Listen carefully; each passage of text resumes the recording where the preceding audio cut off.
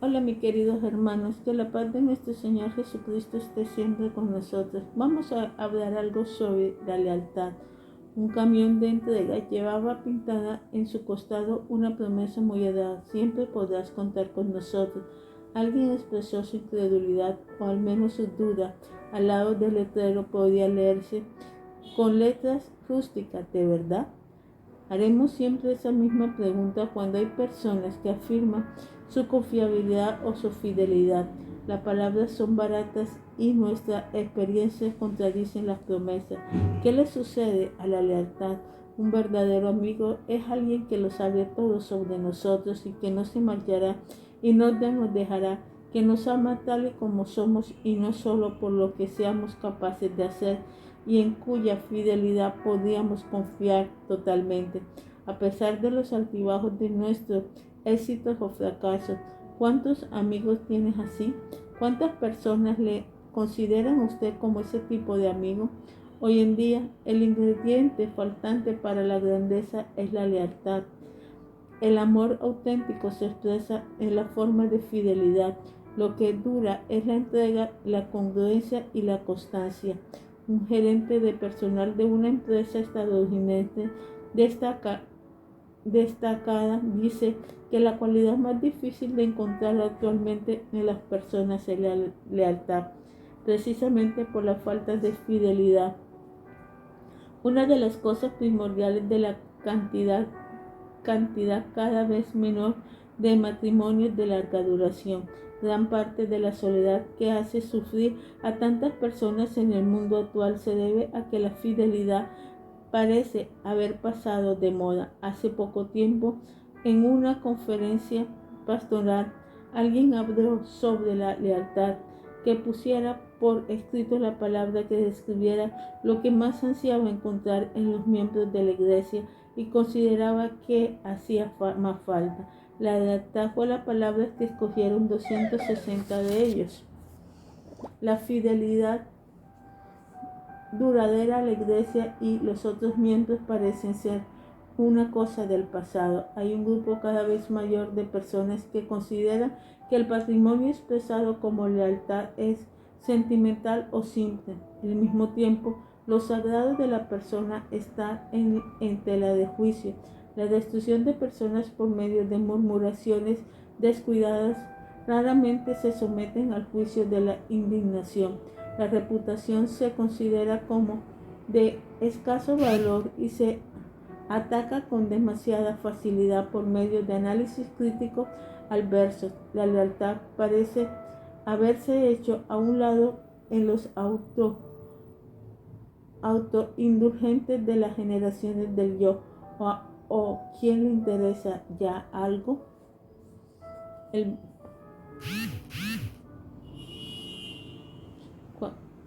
Cuando vemos alrededor de nosotros nuestra vida actual, vemos relaciones rotas y tensas. Nos vemos forzados a reconocer que el mal está ganando varias batallas cruciales. Nada es una causa mayor de rupturas que la falta de lealtad a Dios y a los demás. Dios va a ganar la batalla final, pero mientras tanto la inseguridad, la falta de confianza, la falta de aliento mutuo y las críticas crueles resultarán sobresalientes. Desde el comienzo de los tiempos, lo máximo de Dios se ha visto minimizado por la estrategia de deslealtad de Satanás. Pasamos por alto la posibilidad de grandeza que nos ofrece el Señor de los imposibles cuando su corazón fiel no se reproduce en la calidad de lealtad que hay en nosotros. Veamos dónde nos encontramos en este punto en nuestro retrato de sueños de lo imposible. Hemos enfocado nuestra atención en sus intervenciones poderosas en momentos cruciales de la historia temprana de su pueblo. Los héroes que tomamos en consideración se distinguen por lo que hizo el Señor en ellos y a través de ellos. En cada caso, el verdadero héroe es el Señor mismo. Encontramos a un Dios que no solo es todopoderoso, sino también amor. tras sus intervenciones para salvar a su pueblo, en momentos de crisis se encuentra un atributo esencial de su naturaleza. Es fiel a su pueblo llamado y escogido. Pero en el libro de Ruth hace que nuestra atención se centre en esa calidad de lealtad. Nos preguntamos cómo es posible que ese pequeño libro con sus 85 versículos lograra entrar a formar parte del Antiguo Testamento. Algunos eruditos sugieren que aunque se desarrolla en la época de los jueces, es algún punto entre Josué y Samuel. Se escribió durante el reinado de David para honrar a su descendencia. La mención de David al final del libro hace que quede definitivamente fechado durante el reinado de David o después de él. Otros sostienen que el relato de Ruth es escrito durante el periodo posterior al exilio como antídoto contra el exclusivismo estricto y los perjuicios característicos de esa época. Es posible que la intención del autor fuera contrastar la lealtad de un extranjero con la deslealtad de Israel antes y durante el periodo exílico. Sin embargo, las autoridades en la materia están de acuerdo sobre todo en que el mensaje central del libro es la fidelidad de Dios que ansía que se reproduzca en su pueblo. En todos los periodos de la historia, el pueblo de Dios se sintió tentado a ser desleal al pacto y la misión de compartir su misericordia con otros. Noemí nos muestra el poder de la lealtad en nuestro testimonio.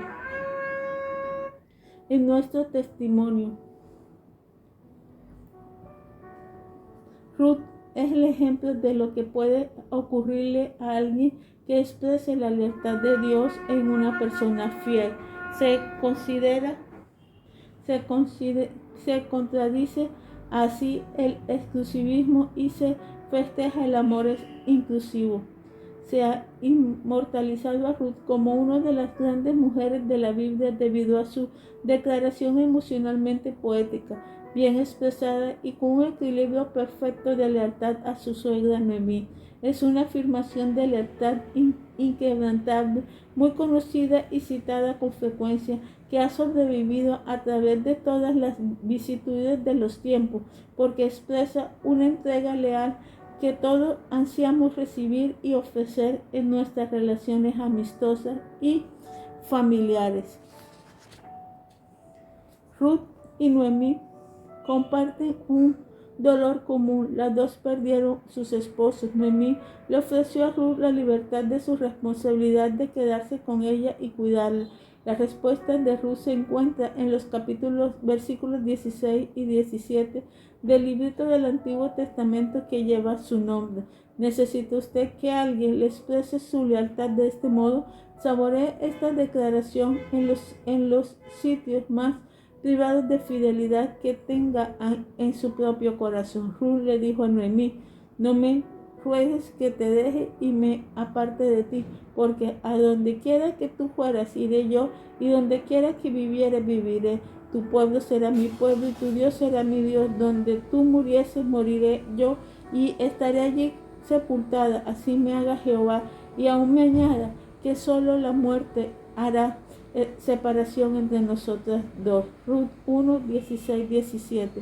Convendrá presentar ciertos antecedentes como ayuda para entender mejor las implicaciones y los efectos completos de este discurso. Años antes, Noemí y su esposo Elimelech salieron de Belén de Judá debido al hambre, junto con sus hijos Malón y Kelión. Fueron hasta la tierra pagana de Moab en lugar de a buscar alimento. No les fue fácil a esos hebreos residir en una tierra en que adoraban al dios Quemo y le ofrecían sacrificios humanos. Sin embargo, permanecieron fieles a Jehová dentro de su cultura extranjera. El dolor de Noemí fue tremendo cuando murió su marido Elimelech. El vacío en su corazón se llenó con las preocupaciones que sentía por sus hijos y su nueva moabita. Mahlón se había casado con Ruth y Kelar con Orfa. Todavía vivían juntos bajo el mismo techo. y bajo la mirada cariñosa y leal de Noemí, que amaba a sus nueras moabitas como si fueran sus propias hijas. Entonces volvió a producirse una tragedia. Murieron Malión y Kelión, y las tres mujeres se quedaron viudas. Este dolor adicional hizo que Noemí recordara Belén con nostalgia. La prosperidad había vuelto a esa tierra nativa y ansiaba regresar a ella. Además del trato cálido y generoso que le habían dado a sus dos nueras, hizo que tomase la determinación de acompañarla.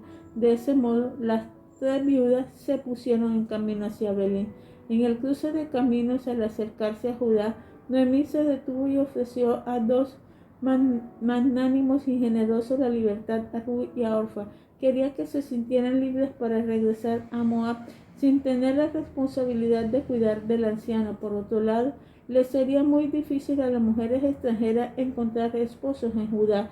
Tendrían que enfrentar muchos perjuicios, y además su preocupación por ella haría que se redujera todavía más las posibilidades de iniciar una nueva vida. Por eso le rogó que regresara. Orfa la obedeció, pero lloró al marcharse. Sin embargo, Ruth no se dejó convencer de que abandonara su determinación firme de mostrarle a Noemí la misma lealtad que le había dado testimonio a ella. Como consecuencia de eso, las dos mujeres siguieron adelante y se instalaron en Belén, donde la lealtad de Ruth se vio recompensada con el respeto de sus vecinos, una tierra realmente amorosa, y el matrimonio con Boaz, un campesino rico, pariente cercano de su difunto esposo. El fruto de su amor con Boaz fue el hermoso hijo que le dieron el nombre de Obed. Nuestros sentidos de la historia y la maravilla providencia divina se agudiza al darnos cuenta de que Obed fue el padre de Isaí, el padre de David. Se había iniciado la genealogía de la gracia que llegó finalmente al nacimiento de Jesucristo, que es el del linaje de David.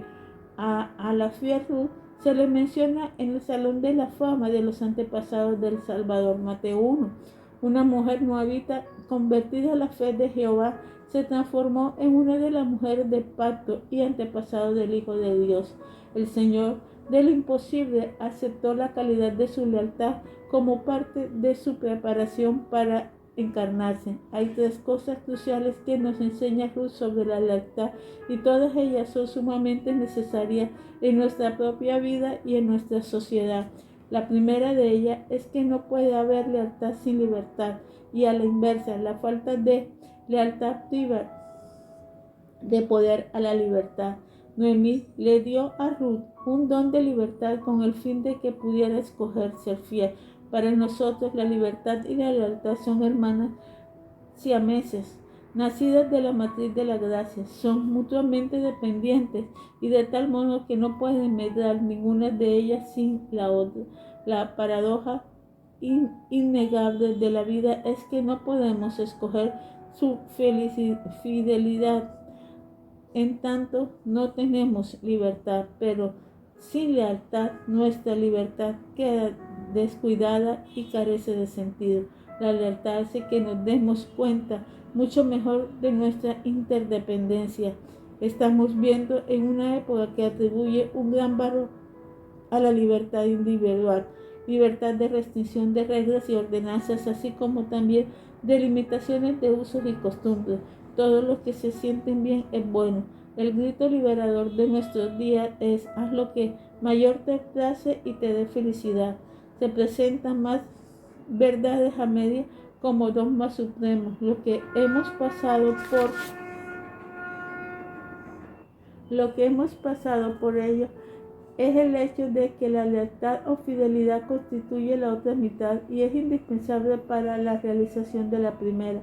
Hoy en día nos escuchamos gran cosas respecto a la lealtad, y sin embargo es el hilo de oro que sujeta la tela de la auténtica libertad. Sin ella, el guardarropa de nuestro carácter se hace poco atractivo e informe sin gracia. La lealtad le agrega a la libertad compromisos duraderos como congruencia liberadora y constancia amorosa. El Señor nos da una libertad inmensa para que podamos serle fiel. Nos ha llamado, escogido y querido con amor infinito. Sin embargo, sabes que no puede haber un amor recíproco sin libertad. Esta verdad se hizo muy patente en el mensaje de Jesús que presentó ambos lados de la paradoja. Vino al mundo a libertar a la humanidad del pecado, del egocentrismo y del egoísmo, pero llamó a los que aceptan su liberación a la fidelidad del discipulado. Solo aquellos cuya fidelidad se expresa mediante el hecho de darle el lugar absolutamente preferente a Él y a su cruz, siguiéndolos con una obediencia total, podrán crecer dentro del don de libertad. Su cruz nos dio la libertad y la fidelidad. Al tomar nuestra propia cruz y seguir al Maestro, nos hará conquistar la vida liberada. El apóstol Pablo describió esto con toda claridad. El precio de la libertad continua para él era el costo del discipulado. Nunca se cansó de hablar y escribir sobre la libertad del cristianismo debido al Calvario, pero es raro que mencione esa libertad sin tomar también en cuenta su propio crecimiento y el de los demás en lo que se refiere a la fidelidad.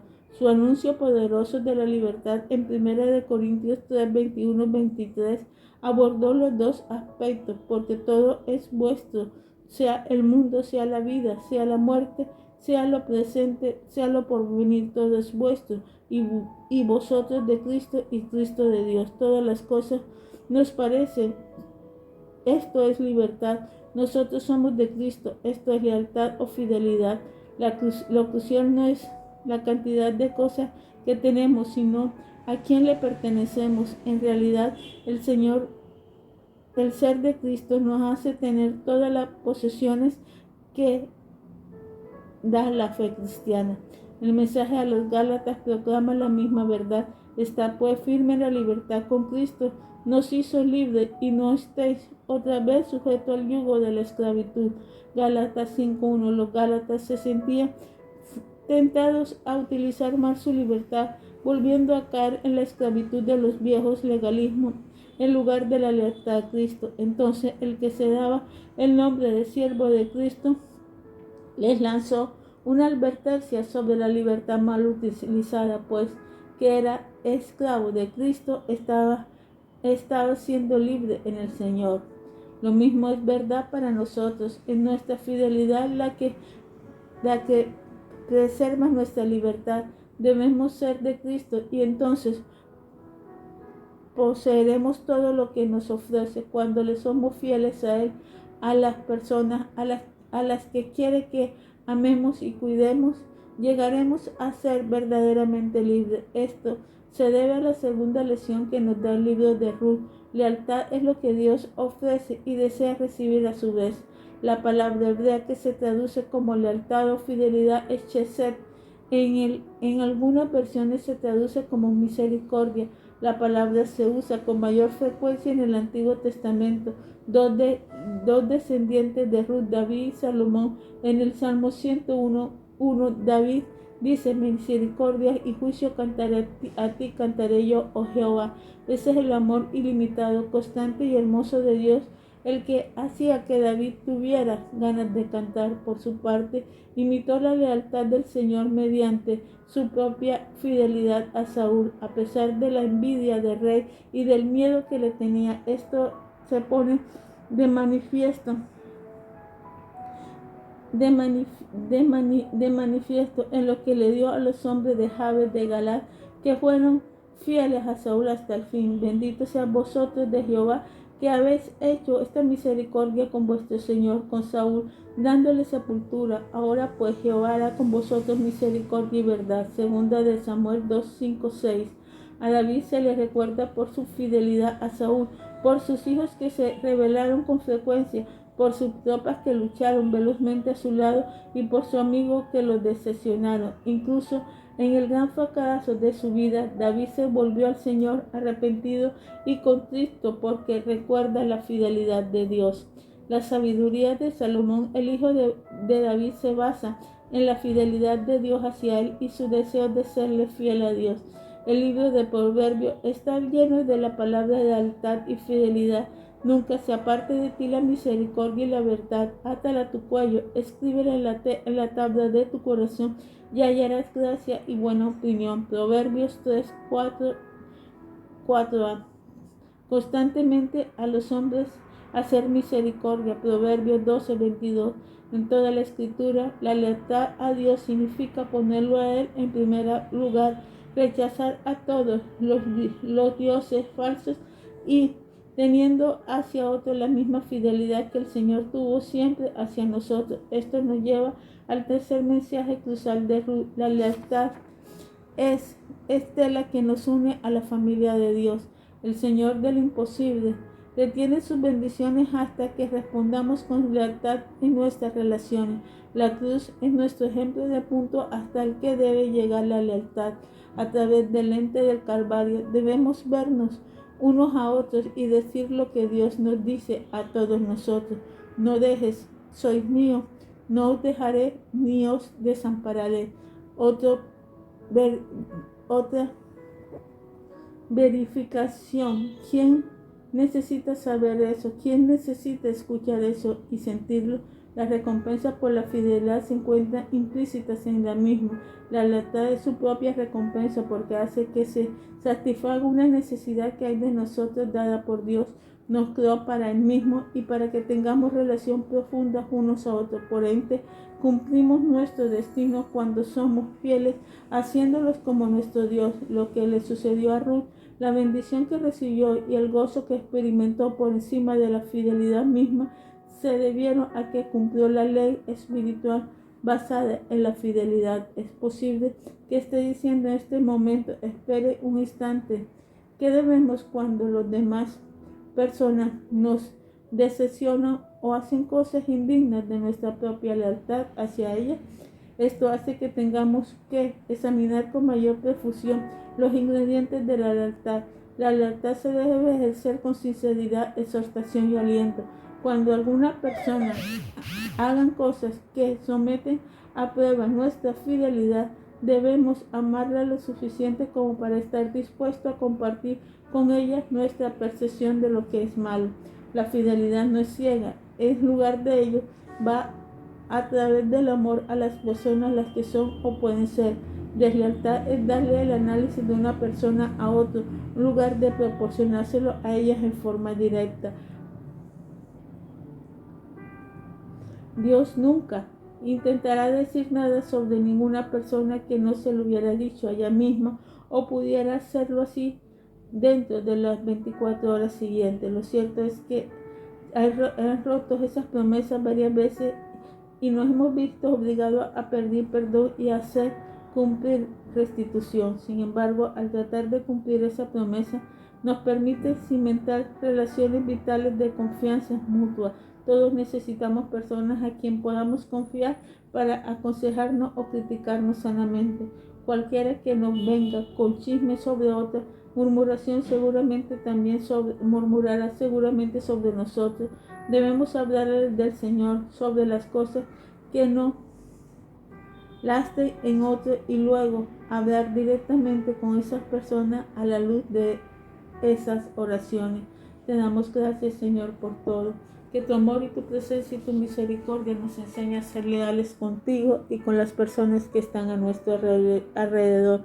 Te pedimos que cada día seas en nuestra vida, Padre Celestial, oh Dios eterno, ese que nos guía y que nos da su amor y su presencia. Señor, enséñanos a ser leales como tú lo fuiste con nosotros, tanto que llegaste a la cruz del Calvario. Enséñanos a ser buenos amigos, a amar a las personas y a seguir siempre, Padre Celestial, oh Dios eterno, Señor, tu camino. Te lo pedimos en nombre de nuestro Señor Jesucristo. Dios te bendiga, mi hermano. Amén y amén.